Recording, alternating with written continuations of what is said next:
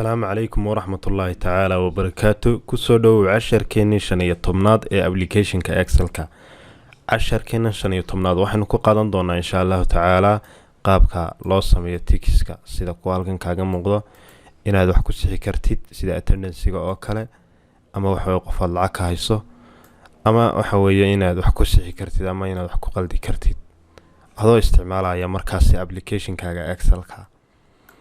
Okay, adaba sida aynu ka wada delete garayno hadda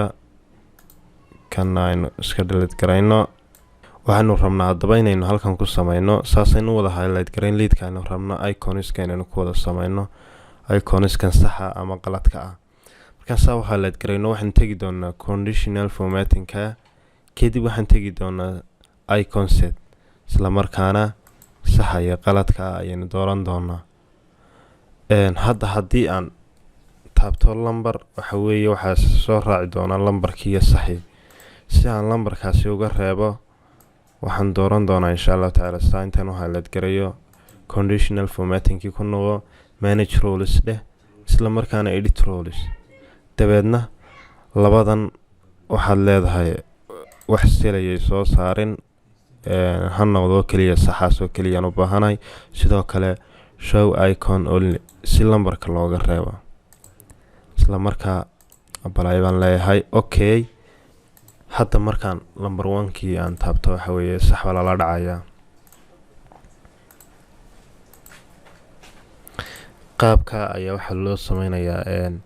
saxa qaladkana waxa loo sameynayaa inaad sidaas oo kale u highlight garayso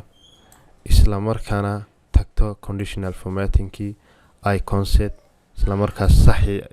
iyo qaladkii calaamadihii sax iyo qaladka aad doorato marka aad doorato waxaad sameynaysaa haddaan taabto number 2 waxa weeye waxa lagu wada guraya dhamaantood sax si qaladka loo soo hormariyo highlight gare kadib waxaad tagaysaa conditional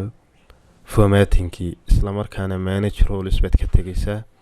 edit roles baan leeyahay kadib ishan yar ee sax ku yaala qaladka ayaan ka soo dooran doonaa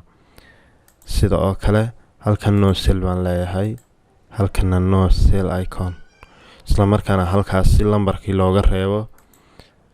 icon-ka kaliya ay tusbaad leedahay kadib okay apply. Okay, hadda waxaad u aragtaa in qaladkii waxa weeye la wada sameeyay haddaan tuugii la dhaco lambar tuugii qalad baa la dhacaya markaasi marka qaabkaasi ayaa loo sameynayaa saxa iyo qaladka waa inaad markaa awood u leedahay Excel-kaaga inaad attendance-ga ardayga ku sixi kartid ama aad ku qaldi kartid ama qof aad lacag ka haysay inaad sax ku sameyn kartid ama aad ku qaldi kartid haddaanu lacagtii bixin. intaynu casharka xiga ku kulmi doono waxaan idinku salaamaynaa. Assalaamu calaykum waraxmatullaahi tacaala wabarakaatuh.